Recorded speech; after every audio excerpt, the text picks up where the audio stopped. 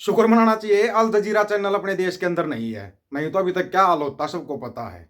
क्योंकि यहाँ पर बीबीसी ने भी कोई डॉक्यूमेंट्री बनाई थी तो उनके ऑफिस के ऊपर रेड हो गई थी। पूरी डिटेल में बताते हैं आपको आगे क्या होया। यहाँ पर है ना, आप धार्मिक किताब भी पढ़ना तो सोच समझ के पढ़ना, सोच समझ के। किताबें रखने बेचने पर भी मतलब कि कैद हो सकती है, यूएपीए लग सकता है, यूएपीए। लेकिन उसके लिए शर्त ये होगी कि आपके सिर पर पगड़ी होनी चाहिए, डाढ़ा प्रकाश होना चाहिए। बड़े कमाल की बात हो रही है ना। सबसे पहले तो सभी को लोहड़ी की, जो अपने अपनी भाषा में बोलते हैं संक्रांत की, मकर संक्रांति जो बोलते हैं, सभी को बहुत बहुत हार्दिक शुभकामनाएं। और उसके बाद ये अपने दो भाई हैं जिन्होंने थैंक्स बटन का प्रयोग किया था। एक तो है अपने अमरजीत सिंह सिंह 2078 के नाम से आईडी है, इन्होंने थैंक्स बटन के जरिए 100 रुपये की सहायता की। बहुत बहुत धन्यवाद भाई का। एक है लखविंदर सिंह 1792, इस नाम से आईडी है, इन्होंने $49.99 भेजे। बहुत बहुत धन्यवाद इन दोनों भाइयों का। अब बात करते हैं कि भाई क्यों बोली है बात कि अल जजीरा चैनल अगर यहाँ पे होता तो क्या हाल हो गया होता अब तक। खुद अल जजीरा चैनल को भी समझ में नहीं आता, फिर उनको ना ये बॉलीवुड की ये दिखानी पड़ती या फिर पापा पापा चिल्लाना पड़ता। दो दो ही काम करने पड़ते, तीसरा काम वो कर ही नहीं पाते। कोई रिपोर्ट या डॉक्यूमेंट्री नहीं बना सकते थे, लेकिन उन्होंने इतनी मेहनत करके और 1948 से लेकर और 2025 तक की डॉक्यूमेंट्री बना दी। कुछ तो बात होगी सिखों के अंदर, जो दुनिया के नंबर 1 चैनल के ऊपर अगर सिक्खी का वो चल रहा है तो। और होना चाहिए, ये सब होना चाहिए।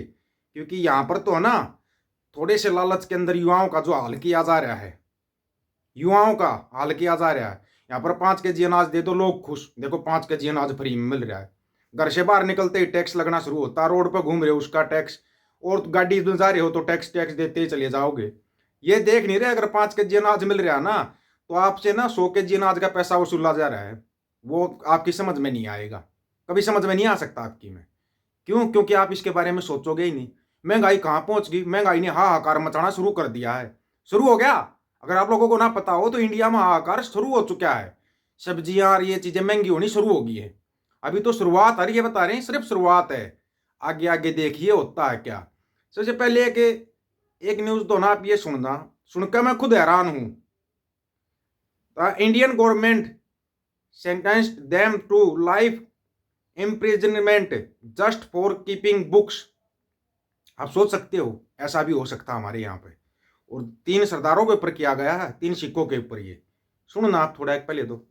ਦੁਨੀਆ ਕਹਿੰਦੀ ਆ ਵੀ ਜੰਗ ਨਾ ਹਥਿਆਰਾਂ ਨਾਲ ਹੀ ਲੜੀ ਜਾਂਦੀ ਆ। ਹਥਿਆਰਾਂ ਨੇ ਜਿੱਤਾਂ ਹਾਰਾਂ ਤੈਅ ਹੁੰਦੀਆਂ ਨੇ। ਹਥਿਆਰਾਂ ਤੋਂ ਹੀ ਡਰ ਪੈਦਾ ਹੁੰਦਾ ਆ, ਹਥਿਆਰਾਂ ਤੋਂ ਹੀ ਜਾਨ ਬਚਦੀ ਆ। ਇੰਡੀਆ ਇੱਕ ਇਹੋ ਜਿਹਾ ਦੇਸ਼ ਆ ਜਿਹਨੂੰ ਹਥਿਆਰਾਂ ਤੋਂ ਨਹੀਂ ਡਰ ਲੱਗਦਾ, ਇਹਨੂੰ ਕਿਤਾਬਾਂ ਤੋਂ ਡਰ ਲੱਗਦਾ ਆ। ਪੰਜਾਬ ਦੇ ਰੋਪੜ ਜ਼ਿਲ੍ਹੇ ਦੇ ਵਿੱਚ ਕੁਝ ਸਿੰਘਾਂ ਨੂੰ ਉਮਰ ਕੈਦ ਦੀ ਸਜ਼ਾ ਸੁਣਾ ਦਿੱਤੀ ਇੱਕ ਆਰਐਸਐਸ ਦੇ ਜੱਜ ਨੇ। ਗੁਨਾਹ ਪਤਾ ਕੀ ਸੀ ਜੀ? ਇੰਨਾ ਕੁ ਜੀ ਲਿਟਰੇਚਰ ਫੜਿਆ ਗਿਆ ਆ। ਉਹ ਲਿਟਰੇਚਰ ਨਾ ਹੋ ਕੇ ਇੰਡੀਆ ਦੇ ਬੈਨ ਸੀ ਉਸ ਲਿਟਰੇਚਰ ਦੇ ਉੱਪਰ। ਲੀਗਲ ਲਿਟਰੇਚਰ ਸੀ, ਕੋਈ ਭੜਕਾਊ ਗੱਲ ਨਹੀਂ। ਕੁਝ ਕਿਤਾਬਾਂ ਫੜੀਆਂ ਜੀ, ਕਿਤਾਬਾਂ ਤੋਂ ਇੰਨਾ ਡਰ ਕੇ ਵੀ ਉਮਰ ਕੈਦ ਦੀ ਸਜ਼ਾ ਸੁਣਾ ਦਿੱਤੀ ਉਹਨਾਂ ਨੂੰ। ਯਾਰ ਇਹਨੂੰ ਤੁਸੀਂ ਆਜ਼ਾਦੀ ਕਹਿੰਦੇ ਹੋ? ਤੁਸੀਂ ਆਪ ਸੋਚੋ ਇਹ ਕੀ ਚੱਲ ਰਿਹਾ ਉੱਥੇ ਪੰਜਾਬ ਦੇ ਵਿੱਚ। ਇੰਨਾ ਧੱਕਾ, ਕੋਈ ਆਵਾਜ਼ ਹੀ ਨਹੀਂ ਚੁੱਕ ਰਿਹਾ ਉਹਨਾਂ ਦੇ ਹੱਕ ਦੇ ਵਿੱਚ। ਸਿੱਖੋ ਤੁਸੀਂ ਗੁਲਾਮ ਹੋ, ਹੋਰ ਤੁਹਾਨੂੰ ਕੀ ਸਬੂਤ ਚਾਹੀਦੇ ਨੇ ਗੁਲਾਮੀ ਦੇ? ਤੁਹਾਡੀਆਂ ਕਿਤਾਬਾਂ ਤੋਂ ਅਗਲੇ ਨੇ ਡਰਦੇ ਪਏ ਆ। ਜਿੱਦਣ ਸਿੱਖ ਨੇ ਕਿਤਾਬ ਫੜ ਲਈ ਨਾ ਹੱਥ ਦੇ ਵਿੱਚ, ਬੰਮ ਨੂੰ ਭੱਜਣ ਨੂੰ ਰਾਹ ਨਹੀਂ ਮਿਲਣਾ ਇਹਨਾਂ ਨੂੰ। ਕਿਉਂਕਿ ਇਹਨਾਂ ਕੋਲ ਝੂਠ ਆ, ਸਭ ਕੁਝ ਝੂਠ ਹੈ ਇਹਨਾਂ ਕੋਲ, ਸੱਚ ਨਹੀਂ ਹੈਗਾ ਇਹਨਾਂ ਦੇ ਕੋਲ। ਜਿੱਦਣ ਸਿੱਖ ਪੜਨ ਲੱਗ ਗਿਆ ਨਾ, ਸੁਣਨ ਲੱਗ ਗਿਆ, ਤੁਸੀਂ ਤਾਂ ਇਹਨੇ ਬੋਲਤੀ ਬੰਦ ਕਰਾ ਦੋਗੇ, ਭੱਜਣਗੇ ਅੱਗੇ ਤੁਹਾਨੂੰ ਵੇਖ ਵੇਖ ਕੇ। समझे कुछ किताबों के अंदर कितनी ताकत होती है। क्योंकि एक बहुत महान व्यक्ति ने बोला था, आपको हथियार उठाने की जरूरत नहीं है, किताब उठा लो टाइम से।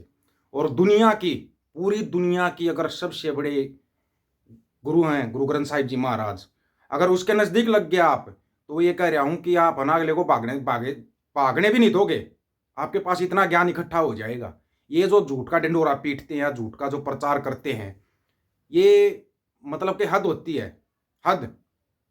यहाँ पर तो ऐसा झूठ का प्रचार चलता है, एक बोल देता है कि मैं बायोलॉजिकल हूँ, मतलब पैदा नहीं हुआ है और डायरेक्ट ऊपर से आया है। क्योंकि उसके टाइम 303 सीटें थी, अगली बार सोचा उसने 400 प्लस सीटें आएंगी, लेकिन 240 सीटें आई। बैसाखी की सरकार होगी तो खुद ही बोलने लगे अगला। मैं नहीं बोल रहा, आप खुद सुन लो, हम नहीं बोल रहे इस बात को। मुझे लगता था कि शायद बायोलॉजिकली मुझे जन्म दिया गया है। माँ के जाने के बाद मैं कन्विंस हो चुका हूँ कि परमात्मा ने मुझे भेजा है।